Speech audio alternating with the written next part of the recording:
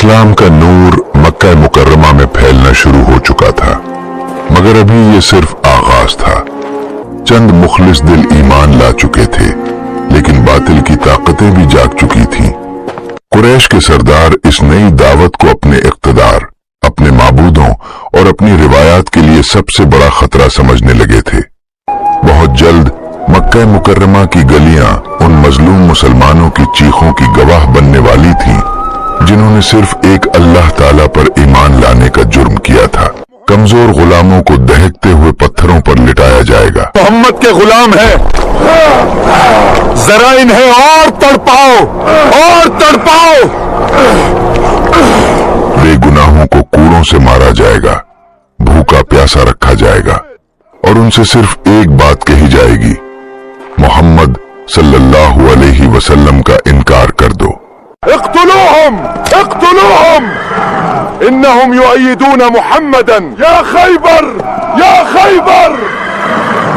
مگر ایمان سے روشن دل نہ جھکیں گے، نہ بکیں گے۔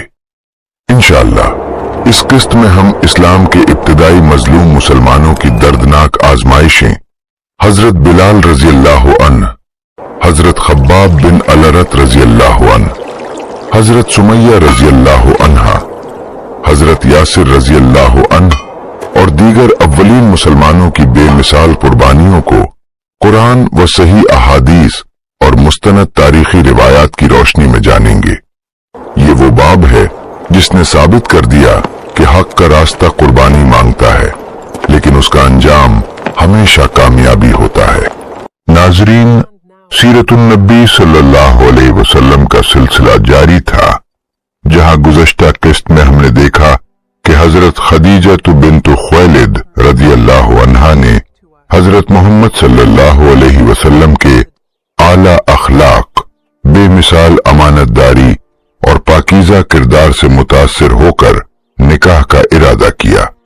حضرت نفیسۃ بنت منیہ رضی اللہ عنہا نے دونوں کے درمیان پیغام رسانی کی، اور آخرکار حضرت محمد صلی اللہ علیہ وسلم نے بھی اس بابرکت رشتے پر رضامندی ظاہر فرما دی۔ اب سوال یہ تھا کہ آگے کیا ہونے والا تھا؟ کیا حضرت خدیجہ رضی اللہ عنہا کے خاندان کی طرف سے اس نکاح کی اجازت مل جائے گی؟ نکاح کی تقریب کیسے منعقد ہوئی؟ مہر کتنا مقرر ہوا؟ اور یہ بابرکت رشتہ کس طرح تاریخ اسلام کے عظیم ترین ابواب میں سے ایک بن گیا؟ آئیے اب اسی ایمان افروز داستان کو آگے بڑھاتے ہیں، مگر آگے بڑھنے سے پہلے کامنٹس میں ضرور لکھیں کہ آپ کس ملک سے یہ ویڈیو دیکھ رہے ہیں۔ ابو طالب، جو ہمیشہ رسول اللہ صلی اللہ علیہ وسلم کے لیے باپ جیسا سہارا بنے رہے، ایک مرتبہ پھر آپ کی مدد کے لیے آگے بڑھے، لیکن اس بار مقصد آپ کے نکاح کا انتظام کرنا تھا۔ پھر وہ بابرکت دن آیا جب حضرت خدیجہ رضی اللہ عنہا کے ساتھ آپ کا نکاح ہوا، اور مہر کے طور پر 20 اونٹ مقرر کیے گئے۔ مکہ مکرمہ میں ایک ایسا گھر آباد ہوا جو محبت، وفاداری اور سکون کی مثال بن گیا۔ دونوں کے درمیان محبت اور اعتماد کا رشتہ ہر گزرتے دن کے ساتھ مزید مضبوط ہوتا گیا۔ اس زمانے میں شاید ہی مکہ مکرمہ میں کوئی دوسرا گھر ایسا ہو جو اتنا پرسکون، باوقار اور مثالی ہو۔ کچھ عرصے بعد اللہ تعالیٰ نے اس مبارک گھر کو اولاد کی نعمت سے نوازا۔ سب سے پہلے حضرت قاسم رضی اللہ عنہ پیدا ہوئے، پھر حضرت زینب رضی اللہ عنہا، اس کے بعد حضرت رقیہ رضی اللہ عنہا، پھر حضرت ام کلثوم رضی اللہ عنہا، اور آخر میں حضرت فاطمہ رضی اللہ عنہا۔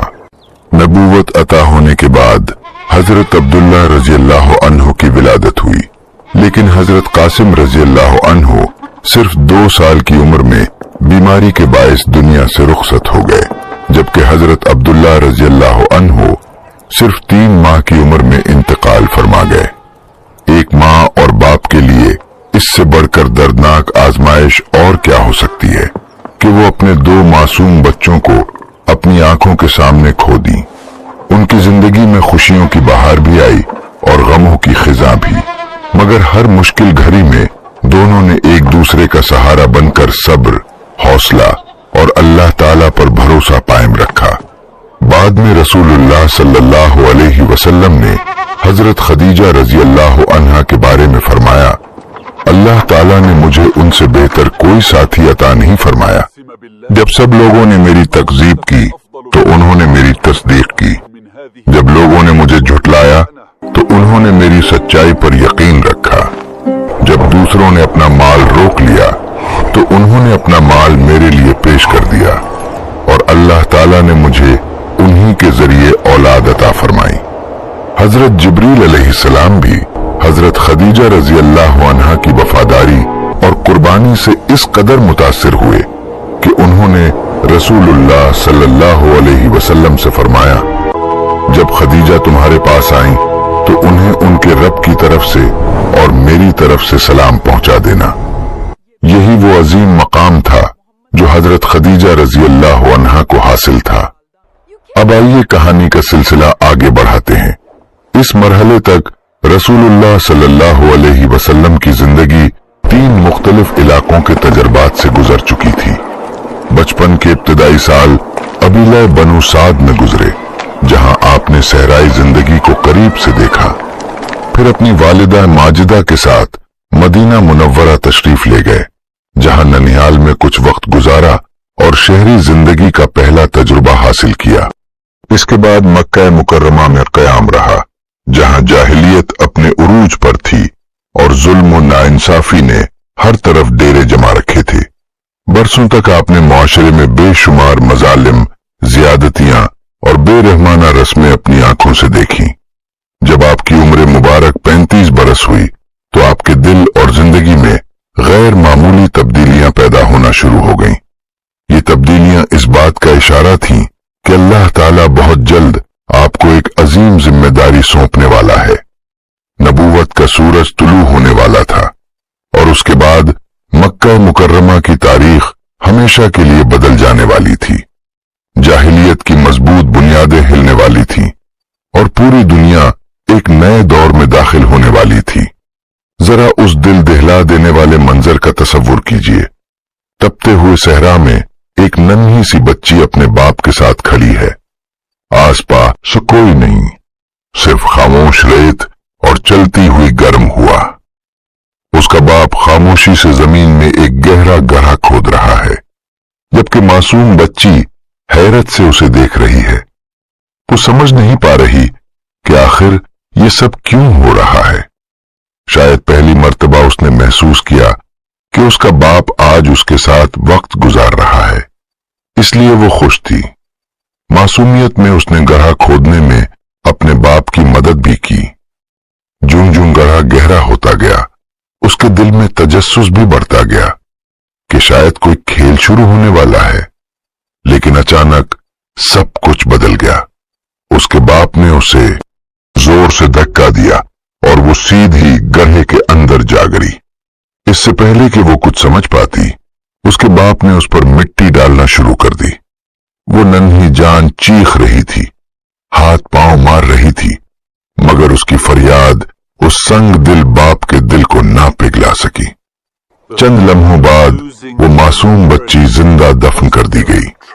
ये सिर्फ एक बच्ची की मौत नहीं थी, बल्कि उस बेरहम मुआशरे की सफ़ाकी की जिंदा तस्वीर थी। ये दर्दनाक वाकयात इस्लाम से पहले अरब के जाहिली मुआशरे में आम थे, जहां बेटी की पैदाइश को बायसे शर्म समझा जाता था। बाज लोग कहते थे कि एक दिन ये किसी दूसरे खानदान में चली जाएगी और हमारा माल दूसरों के हाथ लग जाएगा। ऐसी गुमराह सोच ने न जाने कितनी मासूम जानें निगल ली, और अगर कोई बच्ची जिंदा रह भी जाती तो उसकी जिंदगी इज्जत से खाली होती। शादी के बाद अगर उसका शौहर वफात पा जाता और वो यतीम बच्चों के साथ रह जाती तो ताकतवर लोग उसके घर, माल और जायदाद पर कब्जा कर लेते।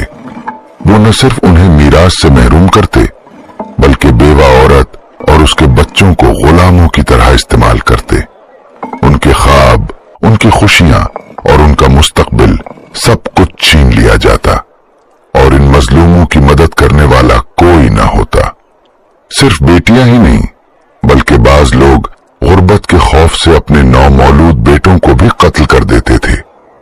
जरा एक माँ के दिल का हाल सोचिए, जिसने महीनों अपने बच्चे का इंतजार किया, उसके लिए बेशुमार ख्वाब सजाए, लेकिन अचानक वही मासूम बच्चा उसकी गोद से छीन लिया जाए और उसका अपना बाप ही उसकी जान ले ले। माँ का दिल टुकड़े टुकड़े हो जाता, मगर उसकी फरियाद सुनने वाला कोई ना होता, क्योंकि उस मुआशरे में औरत की कोई हैसियत न थी। इस जुल्म के साथ साथ कबायली दुश्मनियां भी खत्म होने का नाम नहीं लेती थी। अगर एक कबीले का एक शख्स कत्ल हो जाता तो बदले की आग पूरे कबीले को अपनी लपेट में ले लेती। फिर कातिल ही नहीं, बल्कि उस कबीले का हर फर्द खतरे में होता। किसी भी वक्त, किसी भी जगह बेगुनाह लोगों को कत्ल कर दिया जाता। कितने ही बच्चे अपने बापों से महरूम हो जाते और नफरत व इंतकाम के जज्बात के साथ बड़े होते। इसी तरह खून रेजी का ये सिलसिला नस्ल दर नस्ल चलता रहता। ना कोई कानून था, न इंसाफ, न रहम। दिल सख्त हो चुके थे, ख्वाहिशात इंसान पर हाकिम बन चुकी थीं और मुआशरा हर किस्म की बुराई में डूब चुका था। शराब नोशी, जो झूठ, चोरी, जिना, जुल्म, नाइंसाफी और बेहयाई जिंदगी का मामूल बन चुके थे और ऐसा महसूस होता था जैसे पूरी सरजमीन तारीकी में डूब गई हो। अगरचे आसमान पर सूरज पूरी आबोताब के साथ चमक रहा था, मगर लोगों के दिल जहालत की ऐसी तारीकी में डूबे हुए थे कि गोया हर तरफ अंधेरा ही अंधेरा था। हकीकत यह है कि जितनी गहरी तारीकी होती है, रोशनी की कदर उतनी ही ज्यादा महसूस होती है। बहुत जल्द कुरान मजीद की नूरानी हिदायत इसी अंधेरे में उतरने वाली थी, ताकि इंसानों को गुमराही से निकालकर हिदायत की शाहराह पर ले आए। नबूवत का आखिरी सिलसिला इसी सरजमीन से जाहिर होना था और यही पैगाम आगे चलकर पूरी दुनिया तक पहुंचने वाला था। मक्का मुकर्रमा को एक और गैर मामूली अहमियत भी हासिल थी। जोग्राफियाई लिहाज से ये पूरे जजीरा अरब के वसत में वाक़ था। इसी वजह से ये तिजारत, सफर और मुख्तलिफ कबाइल के मेल जोल का सबसे बड़ा मरकज बन चुका था। अरब के दूर दराज इलाकों से तिजारती काफिले यहाँ आते, बड़े बड़े बाजार सजते और मुख्तलिफ कबाइल एक दूसरे से मुलाकात करते। गोया मक्का मुकर्रमा पूरे अरब को जोड़ने वाला एक मरकजी मकाम था। यहां से उठने वाली हर आवाज बहुत तेजी से मुख्तलिफ कबाइल तक पहुंच सकती थी, बल्कि चंद ही महीनों में आसपास की सल्तनतों तक भी उसकी खबर पहुंच जाती थी। उस जमाने में अरब का कोई दूसरा शहर इस कदर असर रसूख नहीं रखता था। हैरत की बात यह भी थी कि आसपास की ताकतवर सल्तनतों के बावजूद जजीरा अरब निस्बतन बैरूनी हमलों से महफूज था। हर एतबार से ये वो सरजमीन थी जिसे अल्लाह ताला ने अपने आखिरी रसूल सल्लल्लाहु अलैहि वसल्लम की बेसत के लिए मुंतखब फरमाया। यही वजह थी कि अल्लाह ताला ने अपने आखिरी पैगंबर को उस शहर में मबूस फरमाया जहां पूरे अरब की निगाहें मरकूज रहती थीं। मक्का मुकर्रमा की अजमत की एक और वजह भी थी। अरब अपने आबाओ व अजदाद पर बेहद फख्र करते थे और हजरत इब्राहीम अलैहिस्सलाम को अपना अजीम जद्दे अमजद मानते थे। यही वो जलीलुल कद्र नबी थे जिन्होंने अल्लाह ताला के हुक्म से खाना काबा की तामीर फरमाई। इसी निस्बत की वजह से अरब खाना काबा का एहतराम तो करते थे, लेकिन अगर उनसे पूछा जाता कि हजरत इब्राहीम अलैहिस्सलाम की तालीमात में से उनकी जिंदगियों में क्या बाकी रह गया है, तो हकीकत में जवाब बहुत कम होता। सिर्फ हज की चंद रसूमात बाकी रह गई थी और वो भी अपनी असल रूह से महरूम होकर महज एक रस्म बन चुकी थी। जाहिलियत के लोगों ने वक्त गुजरने के साथ उन मुकद्दस इबादात में बेशुमार तब्दीलियां कर दी थीं। बाज लोग खाना काबा का तवाफ बगैर लिबास के करते, कुछ तालियां बजाते और नाचते हुए तवाफ करते। इबादत की रूह खत्म हो चुकी थी और सिर्फ ज़ाहिरी रस्में बाकी रह गई थीं। हजरत इब्राहीम अलैहिस्सलाम ने पूरी जिंदगी शिर्क के खिलाफ जद्दोजहद की थी, मगर अफसोस कि उसी खाना काबा के गिर्द जिसे उन्होंने अपने दस्ते मुबारक से तामीर किया था 360 बुत नस्ब हो चुके थे। उनमें से ज्यादा मशहूर लात, मनात, उज्जाई और हुबल थे। अगरचे अहले मक्का अल्लाह ताला के वजूद को मानते थे, लेकिन उन्होंने उसकी सिफात, उसकी कुदरत, उसकी रुबूबियत और कायनात पर उसके मुकम्मल इख्तियार को इन बुतों के साथ वाबस्ता कर रखा था। मगर क्या मक्का मुकर्रमा के तमाम लोग बुत परस्त थे? क्या रसूलुल्लाह सल्लल्लाहु अलैहि वसल्लम भी उनमें शामिल थे? हरगिज नहीं। हजरत इब्राहीम अलैहिस्सलाम के जमाने के बहुत बाद भी चंद ऐसे नेक लोग मौजूद थे जो दीन हनीफ पर कायम थे। वो सिर्फ एक अल्लाह ताला की इबादत करते थे और हर किस्म के शिर्क और बुत परस्ती से दूर रहते थे। यही पाकीज़ा अकीदा उनके लिए गुमराही के अंधेरों में एक मजबूत ढाल था। रसूलुल्लाह सल्लल्लाहु अलैहि वसल्लम भी उन्हीं पाकीज़ा लोगों में शामिल थे। आपको बुत परस्ती से शदीद नफरत थी, लेकिन नबूवत से पहले आपने कभी लोगों के अकान फायद में मुदाखलत नहीं की और न ही उन्हें रोकने के लिए कोई झगड़ा खड़ा किया। अल्लाह ताला की हिकमत भी यही थी, क्योंकि अगर आप पहले ही से उनके माबूदों की मुखालफत करते रहते तो नबूवत के बाद लोग कहते कि मोहम्मद सल्लल्लाहु अलैहि वसल्लम तो बचपन ही से हमारी इबादतों के खिलाफ थे। मगर हकीकत ये थी कि आपने कभी उनके मजहबी मामलात में दखल नहीं दिया। फिर जब अल्लाह ताला ने आपको नबूवत अता फरमाई तो आपने पूरी वजाहत और बेखौफी के साथ हक का पैगाम पहुंचाना शुरू किया। अल्लाह ताला एक एक दिल को हिदायत की रोशनी अता करता और वही रोशन दिल दूसरों के लिए बेदारी का जरिया बन जाता। अब तारीख उस लम्हे के करीब पहुंच रही थी जब बेदारी की पहली किरण तुलू होने वाली थी। रसूलुल्लाह सल्लल्लाहु अलैहि वसल्लम की उम्र मुबारक 35 बरस थी। एक दिन खाना काबा के करीब अचानक शोर व गुल बुलंद हो गया। मुख्तलिफ कबाइल बुलंद आवाज में एक दूसरे पर अपना हक जताने लगे। हर कबीला ये दावा कर रहा था कि हजरे अस्वद को उसकी असल जगह नस्ब करने का शरफ सिर्फ उसे हासिल होना चाहिए। बनु अदी, बनु तमीम, बनु उमैया और दूसरे कबाइल अपनी बरतरी साबित करने पर तुल गए। मामला इतना संगीन हो गया कि बास खानदानों ने एक दूसरे के खिलाफ तलवार उठाने और जान तक लेने की कस्में खा लें। फजा धमकियों और गुस्से से भर गई। सवाल सिर्फ एक था, मगर उसने पूरे मक्का मुकर्रमा को बुहरान में मुब्तला कर दिया था। आखिर हजरे अस्वद को उसकी जगह रखने की सआदत किसके हिस्से में आएगी? इस वाक़े को बेहतर तौर पर समझने के लिए चंद दिन पीछे चलते हैं।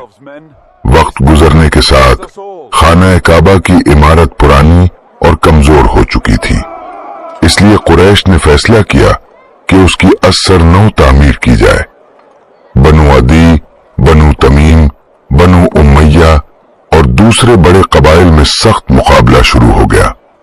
हर कबीला खुद को दूसरे से ज्यादा मुअज़्ज़ज़ और इस अजीम शरफ का हकदार साबित करना चाहता था। देखते ही देखते बहस शिद्दत इख्तियार कर गई। बात सिर्फ इख्तिलाफ तक महदूद न रही, बल्कि बास खानदानों ने एक दूसरे के खिलाफ तलवार उठाने और जान तक देने की किस्में खा ले। हर तरफ धमकियों का तबादला होने लगा। मगर आखिर वो कौन सा मामला था जिसने पूरे मक्का मुकर्रमा को इस कदर हला कर रख दिया?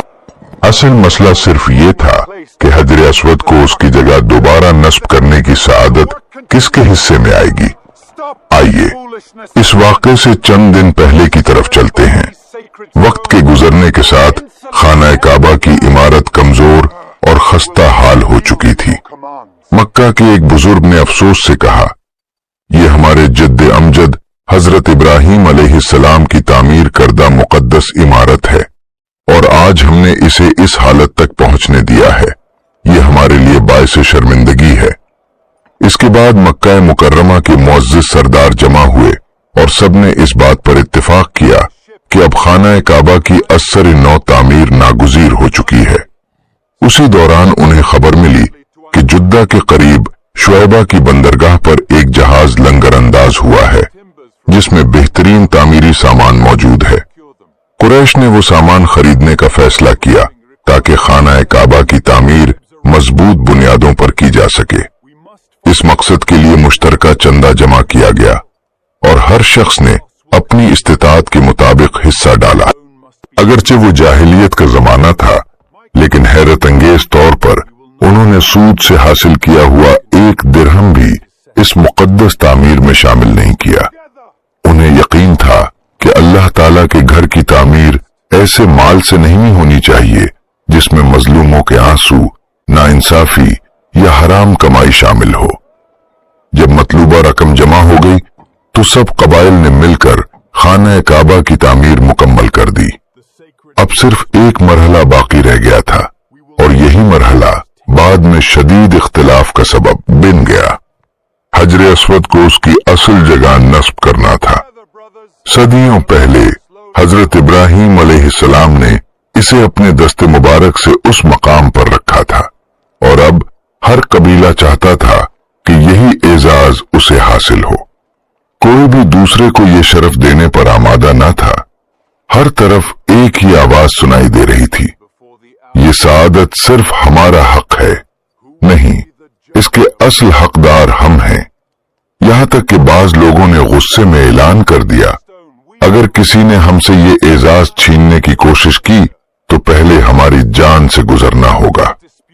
4 या 5 दिन गुजर गए मगर इख्तिलाफ खत्म होने का नाम न लेता था। एक ऐसा काम जो अल्लाह ताला के घर की खिदमत के लिए शुरू हुआ था, खून रेजी के दहाने पर पहुंच चुका था। आखिरकार कुरैश के सबसे उम्र रसीदा शख्स ने खड़े होकर एक तजवीज पेश की। उसने कहा, ऐ कुरैश, जब तुम इस मामले में किसी नतीजे पर नहीं पहुंच पा रहे तो क्यों न फैसला उस शख्स के सुपुर्द कर दिया जाए जो सबसे पहले इस दरवाजे से खाना काबा में दाखिल हो। हम सब उसके फैसले को खुशी से कबूल कर लेंगे। सब ने इस राय से इत्तेफाक किया और खामोशी के साथ दरवाजे की तरफ नजरें जमा दें। हर दिल में एक ही सवाल था कि सबसे पहले आने वाला शख्स कौन होगा। कुछ देर बाद एक शख्सियत दरवाजे से नमूदार हुई। जूं ही लोगों की निगाह उस पर पड़ी, फजा में इत्मीनान की लहर दौड़ गई। हर जबान पर एक ही जुमला था, ये तो अल-अमीन है, ये मोहम्मद सल्लल्लाहु अलैहि वसल्लम हैं, इनके फैसले पर हमें पूरा भरोसा है। रसूलुल्लाह सल्लल्लाहु अलैहि वसल्लम उस वक्त अभी नबूवत से सरफराज नहीं हुए थे, लेकिन सदाकत, दयानत और अमानतदारी की वजह से पूरा मक्का आप पर गैर मामूली एतमाद करता था। लोगों ने सारा मामला आपके सामने बयान किया और अर्ज किया, हमारे दरमियान ऐसा इख्तिलाफ पैदा हो गया है जिसका कोई हल हमें नजर नहीं आ रहा। हम चाहते हैं कि आप इस नज़ा का फैसला फरमाएं ताकि ये फसाद मजीद न बढ़े। सबकी निगाहें रसूलुल्लाह सल्लल्लाहु अलैहि वसल्लम की तरफ उठ गईं।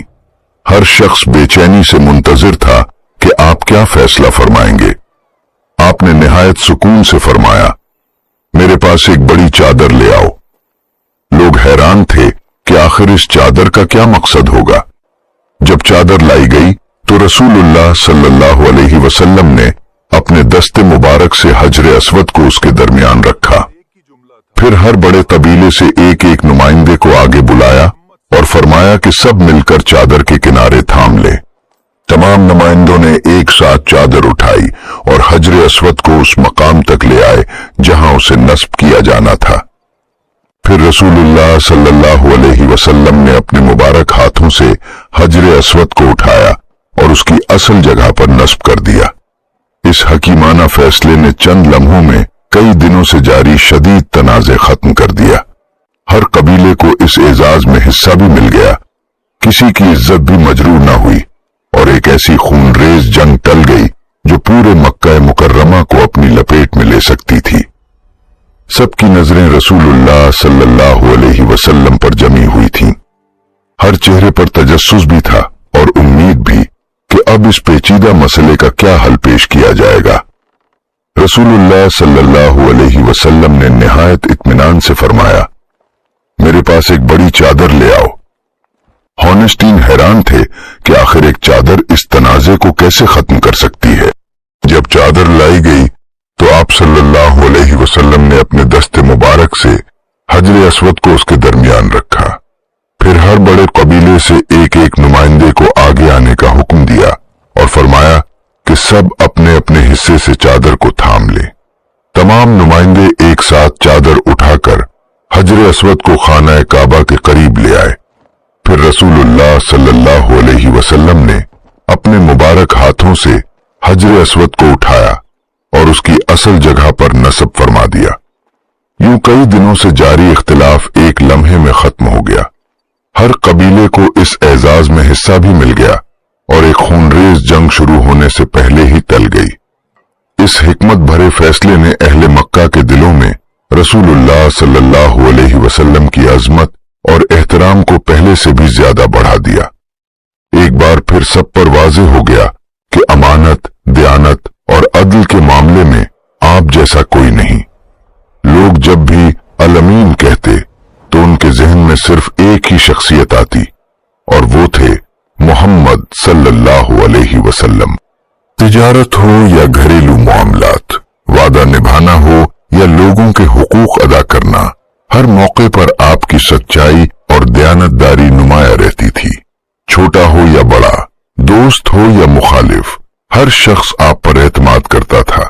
یہی وہ بے مثال کردار تھا جس نے لوگوں کے دلوں پر ایسا گہرا نقش چھوڑا جو کبھی مٹ نہ سکا۔ در حقیقت یہ سب اللہ تعالی کی عظیم حکمت کا حصہ تھا، کیونکہ جب نبوت کا اعلان ہونا تھا تو کوئی بھی شخص آپ پر جھوٹ بولنے کا الزام ثابت نہیں کر سکتا تھا۔ اگر کوئی ایسا دعویٰ کرتا بھی تو اس کی اپنی بات بے بنیاد محسوس ہوتی، کیونکہ پوری زندگی آپ کی سچائی کی گواہی دے چکی تھی۔ مکہ مکرمہ میں لوگوں کا اعتماد جتنا بڑھتا گیا، ادھر رسول اللہ صلی اللہ علیہ وسلم کے دل میں بھی ایک خاموش تبدیلی پیدا ہونے لگی۔ آپ تنہائی کو پسند کرنے لگے اور آہستہ آہستہ ہجوم سے الگ رہنے کی خواہش بڑھنے لگی۔ وہ خانہ کعبہ جسے حضرت ابراہیم علیہ السلام نے توحید کے مرکز کے طور پر تعمیر کیا تھا، اب ہر طرف بتوں میں گھرا ہوا تھا۔ شہر میں شرک، ظلم، بے حیائی، نا انصافی اور انسانیت سوز رسمیں عام ہو چکی تھیں۔ یہ سب کچھ آپ کے پاکیزہ دل کو بے حد تکلیف دیتا تھا۔ آخرکار آپ نے فیصلہ فرمایا کہ کچھ وقت لوگوں کی اس گہما گہمی سے الگ ہو کر اللہ تعالیٰ کی یاد اور غور و فکر میں گزارا جائے۔ چنانچہ آپ باقاعدگی سے جبل نور کی طرف جانے لگے۔ وہاں نہ کوئی شور تھا، نہ دنیا کی ہنگامہ آرائی، وہاں صرف خاموشی تھی، اور وہی خاموشی آپ کے دل کو سکون بخشتی تھی۔ آپ اپنے رب کی عبادت کرتے، دعائیں مانگتے، کائنات کی نشانیوں پر غور کرتے اور اپنی روح کو اللہ تعالی کے قریب محسوس کرتے۔ اس مقصد کے لیے غار حرا سے بہتر کوئی جگہ نہ تھی۔ حقیقت میں اللہ تعالیٰ اپنے آخری رسول صلی اللہ علیہ وسلم کو اس عظیم ذمہ داری کے لیے تیار فرما رہا تھا جس کی روشنی پوری دنیا کو منور کرنے والی تھی۔ جبل نور کی تقریباً 621 میٹر بلند چوٹی تک پہنچنا آسان نہ تھا۔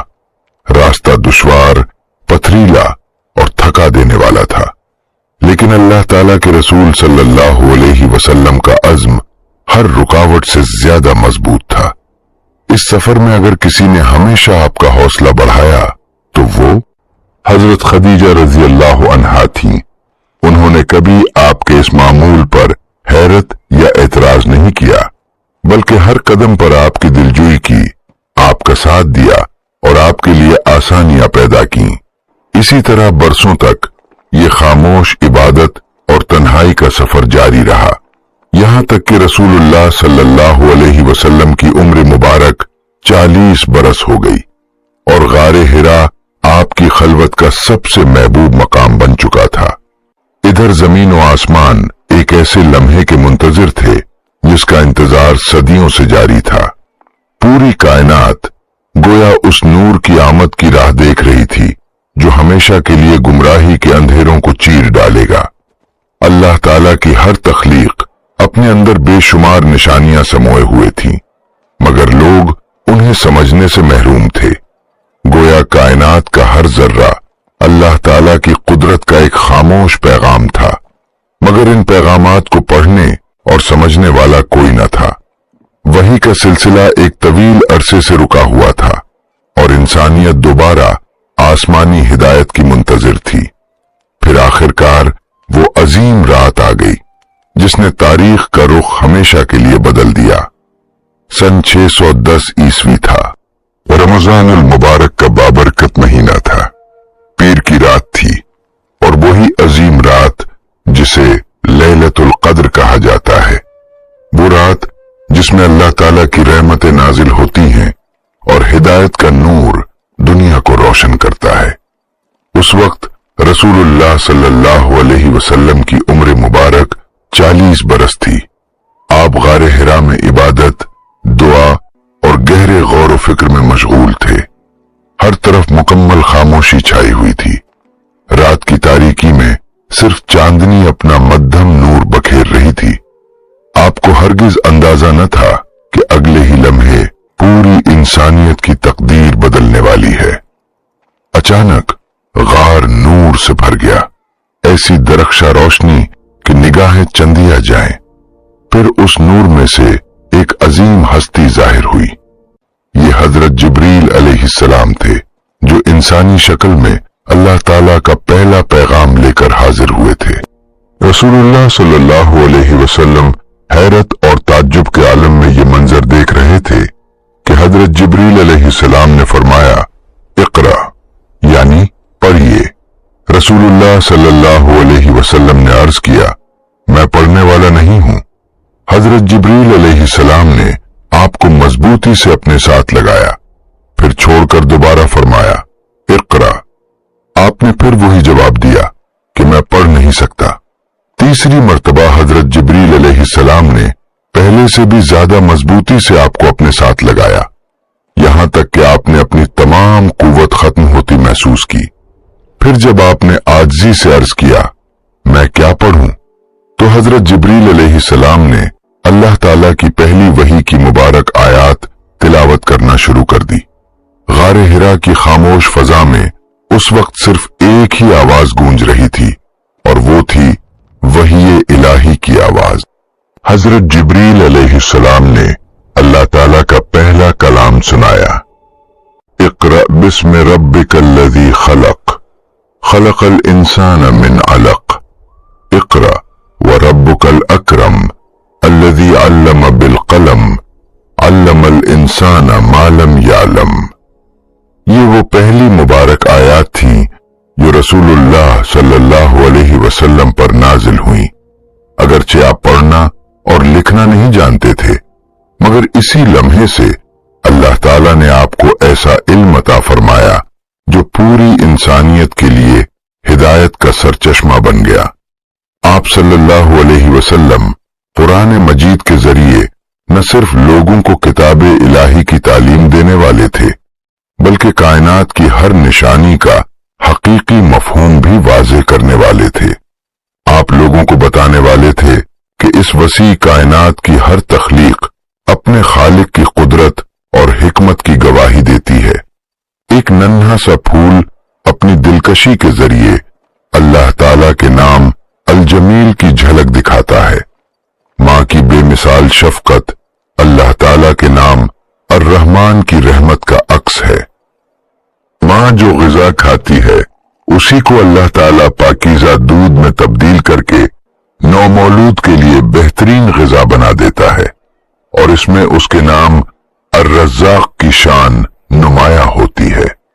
ایک چھوٹی سی شہد کی مکھی جو انسانوں کے علوم سے بے خبر ہے، پھولوں سے رس جمع کرتی ہے اور ایسا شہد تیار کرتی ہے جو انسانوں کے لیے شفا کا ذریعہ بنتا ہے، اور اس میں اللہ تعالیٰ کے نام الشافی کی قدرت جلوہ گر ہوتی ہے۔ جاہلیت کے لوگ اس کائنات کو محض اتفاقات کا مجموعہ سمجھتے تھے۔ ان کے نزدیک زندگی بے مقصد تھی، موت ہر چیز کا خاتمہ تھی، اور انسان کے لیے اس کے بعد کوئی واپسی نہ تھی۔ मगर अब वही की रोशनी इस तारीकी को खत्म करने वाली थी। कायनात के पोशीदा राज एक एक करके आश्कार होने वाले थे और हिदायत के बंद दरवाजे खुलने वाले थे। इसी लम्हे मोहम्मद सल्लल्लाहु अलैहि वसल्लम अल्लाह ताला के आखिरी रसूल बना दिए गए। जरा तसव्वुर कीजिए, ये लम्हा कितना अजीम और कितना हैबतनाक था। रसूलुल्लाह सल्लल्लाहु अलैहि वसल्लम पर इस गैर मामूली वाक़े का गहरा असर था। आपके दिल की धड़कन तेज हो गई और आप जल्द अज जल्द गारे हिरा से निकलकर अपने घर पहुंचना चाहते थे। आप तेजी से जबल नूर से नीचे उतरे। उस वक्त आपके दिल को अगर किसी जगह सुकून मिल सकता था तो वो सिर्फ हजरत खदीजा रजी अल्लाह अन्हा का घर था। वही एक ऐसी हस्ती थी जिनकी मोहब्बत, वफादारी और शफकत आपके लिए सबसे बड़ा सहारा थी। जब आप घर पहुंचे तो आपके जिस्म मुबारक पर पसीना था और हैबत की कैफियत नुमाया थी। आपके लबों पर सिर्फ एक ही जुमला था, ज़म्मिलूनी ज़म्मिलूनी, यानी मुझे चादर उड़ा दो, मुझे चादर उड़ा दो। हजरत खदीजा रजी अल्लाह अन्हा ने किसी किस्म की घबराहट या बेचैनी जाहिर नहीं की। उन्होंने फौरन रसूलुल्लाह सल्लल्लाहु अलैहि वसल्लम को आराम से बिठाया, चादर उड़ाई और पूरी मोहब्बत के साथ आपके पास बैठ गईं। जब आपकी कैफियत कुछ संभली तो आपने गारे हिर्रा में पेश आने वाला पूरा वाकया उन्हें सुनाया और फरमाया, ए खदीजा, मुझे अपनी जान का खौफ महसूस हो रहा है। हजरत खदीजा रजी अल्लाह अन्हा ने ना तो परेशानी जाहिर की और ना ही आपकी तशवीश में इजाफा किया, बल्कि फौरन पूरे यकीन के साथ अर्ज किया, हरगिज नहीं, अल्लाह की कसम, अल्लाह ताला आपको कभी रुस्वा नहीं फरमाएगा। ये चंद अल्फाज रसूलुल्लाह सल्लल्लाहु अलैहि वसल्लम के लिए ठंडी हुआ के झोंके साबित हुए। फिर हजरत खदीजा रजी अल्लाह अन्हा ने आपकी अजीम सिफात बयान करते हुए फरमाया, आप सिलाए रहमी करते हैं, सच बोलते हैं, कमजोरों का बोझ उठाते हैं, मोहताजों की मदद करते हैं, मेहमानों की इज्जत करते हैं और हर नेक काम में लोगों का साथ देते हैं। हजरत खदीजा रजी अल्लाह अन्हा के हर लफ्ज ने रसूलुल्लाह सल्लल्लाहु अलैहि वसल्लम के दिल को मजीद इत्मीनान बख्शा। यही वजह थी कि आपके लिए सबसे महफूज पनाहगाह हमेशा हजरत खदीजा रजी अल्लाह अन्हा की मोहब्बत और रफाकत थी। लेकिन अब अगला मरहला क्या था? हजरत खदीजा रजी अल्लाह अन्हा ने फैसला किया कि इस अजीम वाक़े की हकीकत जानने के लिए एक ऐसे शख्स से मशवरा लिया जाए जो आसमानी किताबों और साबका अंबियाए किराम अलैहिमुस्सलाम के बारे में इल्म रखता हो। चुनाचे वो रसूलुल्लाह सल्लल्लाहु अलैहि वसल्लम को अपने चचाजाद भाई हजरत वरक़ा बिन नौफल के पास ले गईं। हजरत वरक़ा बिन नौफल एक उम्र रसीदा आलिम थे। उन्होंने साबका आसमानी किताबों का मुतालिया किया था और नबूवत की अलामात से अच्छी तरह वाकिफ थे। उस वक्त उनकी उम्र 80 बरस से ज्यादा थी और वो ईसाई मजहब से वाबस्ता थे। जब रसूलुल्लाह सल्लल्लाहु अलैहि वसल्लम और हजरत खदीजा रजी अल्लाह अन्हा उनके पास पहुंचे तो पूरा वाकया उन्हें तफसील से सुनाया। हजरत वरक़ा बिन नौफल निहायत गौर से सुनते रहे। जूं जूं वो वाकया सुनते गए, उनके चेहरे पर हैरत और खुशी के आसार नुमाया होते गए। बेख्तियार उनकी जबान से बार बार निकला, कुद्दूस कुद्दूस। फिर जब सारी बात मुकम्मल हो गई तो उन्होंने निहायत अहम अल्फाज में अपनी गुफ्तगू का आगाज किया। हजरत वरक़ा बिन नौफल ने फरमाया, जिस हस्ती को आपने देखा है वो रूहुल कुदुस यानी हजरत जिब्रील अलैहिस्सलाम हैं। यही वो फरिश्ता हैं जिन्हें अल्लाह ताला ने हजरत मूसा अलैहिस्सलाम के पास भी भेजा था। वही अल-नामूसुल अकबर हैं और आप इस उम्मत के अल्लाह के बरगुज़ीदा नबी हैं। फिर हजरत वरक़ा बिन नौफल की आवाज में एक अजीब सी हसरत उभर आई। उन्होंने फरमाया, काश मैं उस वक्त जवान होता और काश उस दिन तक जिंदा रहता जब आपकी कौम आपको अपने शहर से निकाल देगी। ये अल्फाज सुनकर रसूलुल्लाह सल्लल्लाहु अलैहि वसल्लम हैरान रह गए। आपने ताज्जुब से फरमाया, क्या मेरी अपनी कौम मुझे यहां से निकाल देगी? ये सवाल बिल्कुल फितरी था, क्योंकि 40 बरस की पूरी जिंदगी में न कभी आपने किसी से दुश्मनी की थी, न किसी का हक मारा था, न किसी को धोखा दिया था। पूरा मक्का आपको सच्चा, दयानतदार और अमानतदार जानता था। हजरत वरक़ा बिन नौफल ने जवाब दिया, जो शख्स भी आप जैसा पैगाम लेकर आया, उसकी अपनी कौम ने उसकी मुखालफत जरूर की। अगर मैं उस वक्त तक जिंदा रहा तो पूरी कुव्वत के साथ आपका साथ दूंगा। इस गुफ्तगू के बाद वो रात अपने इख्तिताम को पहुंची और रसूलुल्लाह सल्लल्लाहु अलैहि वसल्लम हजरत खदीजा रजी अल्लाह अन्हा के साथ अपने घर वापस तशरीफ ले आए। अगले ही दिन हजरत जिब्रील अलैहिस्सलाम दोबारा हाजिर हुए और रसूलुल्लाह सल्लल्लाहु अलैहि वसल्लम को मक्का मुकर्रमा के करीब एक वादी की तरफ ले गए। वहां हजरत जिब्रील अलैहिस्सलाम ने अपने कदम मुबारक से जमीन पर ज़रब लगाई तो अल्लाह ताला के हुक्म से साफ और शफाफ पानी का चश्मा जारी हो गया। फिर उन्होंने रसूलुल्लाह सल्लल्लाहु अलैहि वसल्लम को वुजू करने का तरीका सिखाया और उसके बाद नमाज अदा करने का अमली तरीका भी बताया। इसी वादी में रसूलुल्लाह सल्लल्लाहु अलैहि वसल्लम ने अपनी जिंदगी की पहली 2 रकत नमाज अदा फरमाई। यूं वही के पहले दिन अल्लाह ताला ने ईमान की दौलत अता फरमाई और दूसरे दिन नमाज जैसी अजीम इबादत का तोहफा अता किया। नमाज ही वो इबादत थी जो आने वाले हर मुश्किल मरहले में रसूलुल्लाह सल्लल्लाहु अलैहि वसल्लम के लिए रूहानी कुव्वत, सब्र और सुकून का सबसे बड़ा जरिया बनने वाली थी। अब नबूवत की अजीम जिम्मेदारी के साथ नमाज भी आपकी जिंदगी का मुस्तकिल हिस्सा बन चुकी थी और यही इबादत हर आजमाइश में आपके दिल को मजबूत रखती रही। जब रसूलुल्लाह सल्लल्लाहु अलैहि वसल्लम घर वापस तशरीफ लाए तो सबसे पहले हजरत खदीजा रजी अल्लाह अन्हा को नमाज का हुक्म सिखाया। रसूलुल्लाह सल्लल्लाहु अलैहि वसल्लम ने इमामत फरमाई और हजरत खदीजा रजी अल्लाह अन्हा ने आपके पीछे जमात के साथ नमाज अदा की। अल्लाह ताला की इबादत में सबकत हासिल करने का ये अजीम एजाज हमेशा उन्हीं के हिस्से में आया। कुछ ही अरसे बाद घर के दूसरे अफराद भी इस इबादत में शामिल हो गए। सब एक ही रब के सामने खड़े होते, रुकू करते, सजदा करते, उसकी हम्द व सना बयान करते और उसकी बेशुमार नेमतों पर शुक्र अदा करते। एक मर्तबा फिर ये घर मक्का मुकर्रमा का सबसे पुरसुकून, सबसे बाबरकत और सबसे खूबसूरत घर बन गया। उसी दौरान एक नन्हा सा बच्चा खामोशी से ये मंजर देख रहा था।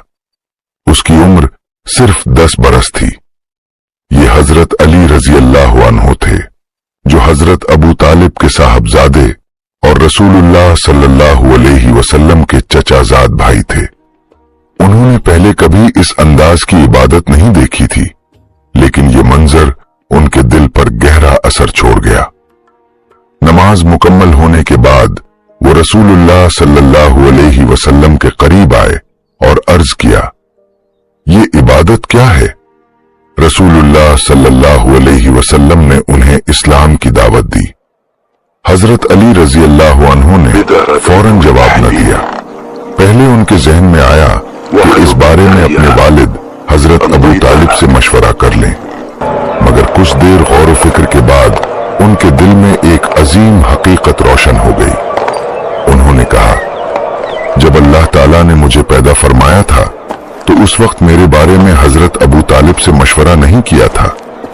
फिर मैं अल्लाह ताला की इबादत के लिए उनसे इजाजत क्यों तलब करूं?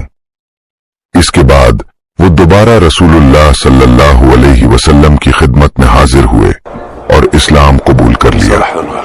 यूं हजरत अली रजी अल्लाह अन्हु इस्लाम कबूल करने वाले पहले कम उम्र मुसलमान बन गए।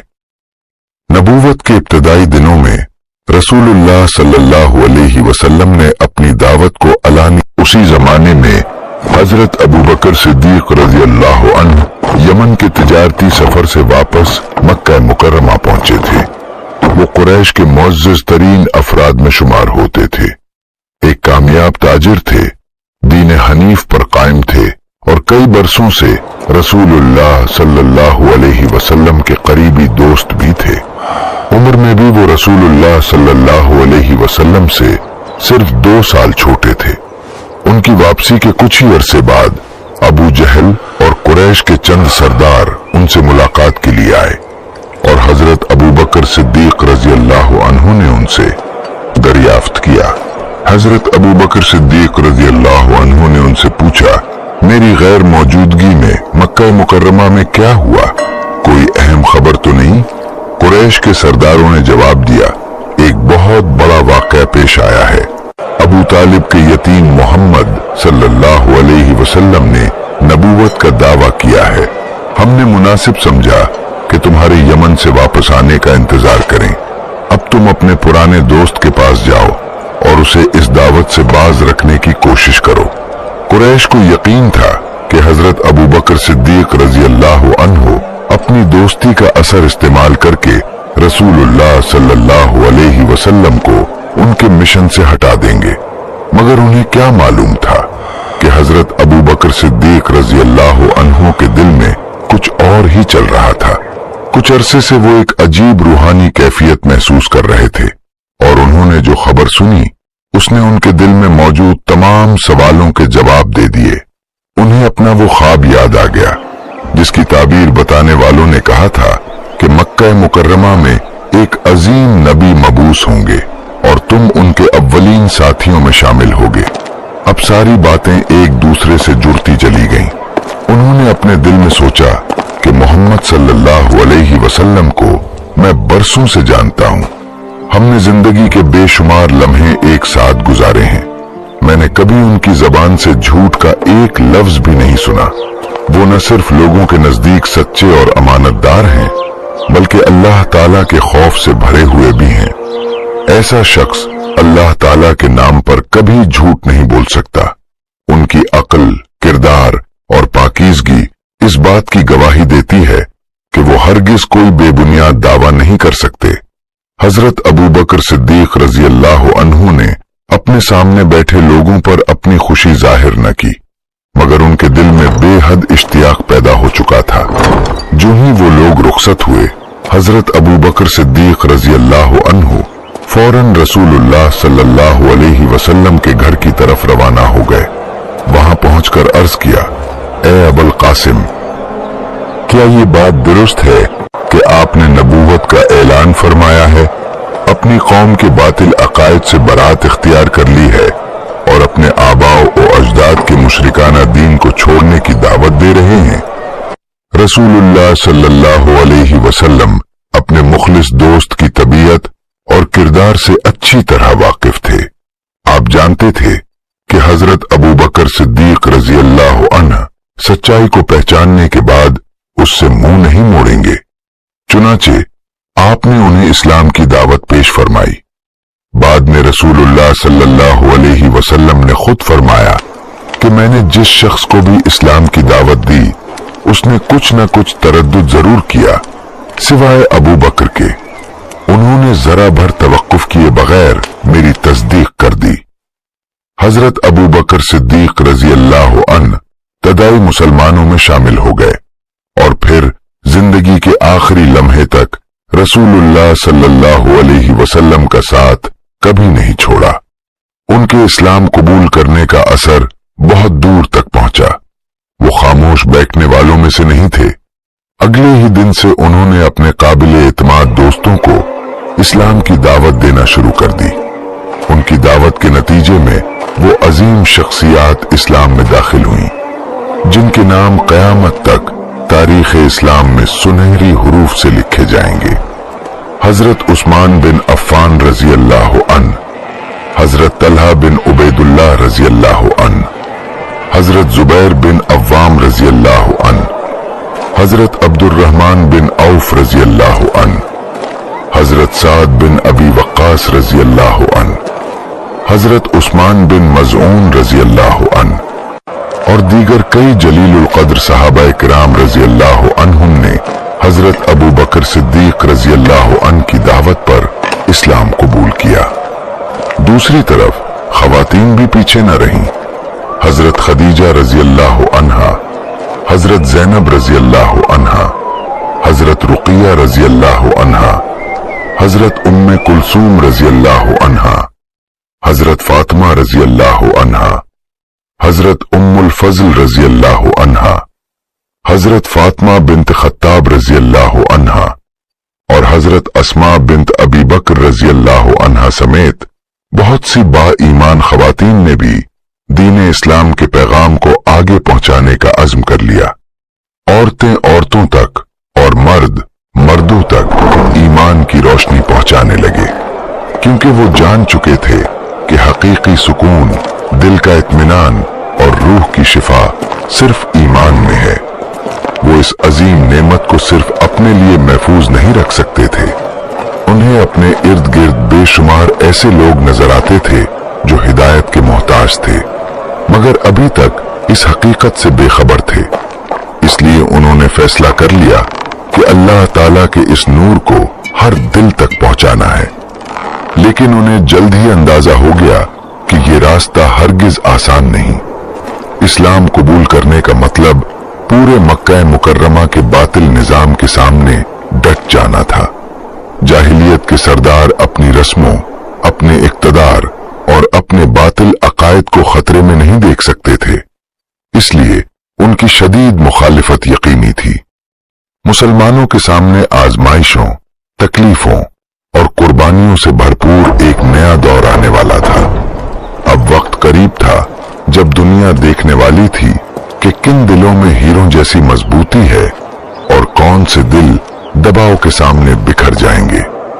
اس طرح اسلام کی روشنی خاموشی سے چند دلوں میں اترنا شروع ہوئی، لیکن بہت جلد یہی روشنی پورے مکہ مکرمہ کے باطل نظام کو چیلنج کرنے والی تھی۔ آنے والے دن آسان نہیں تھے، ظلم ہوگا، اذیتیں دی جائیں گی، کمزور مسلمانوں کو ستایا جائے گا اور ایمان کی قیمت جان و مال سے ادا کرنی پڑے گی۔ مگر یہی آزمائشیں ان لوگوں کو تاریخ کے عظیم ترین انسانوں میں شامل کر دیں گی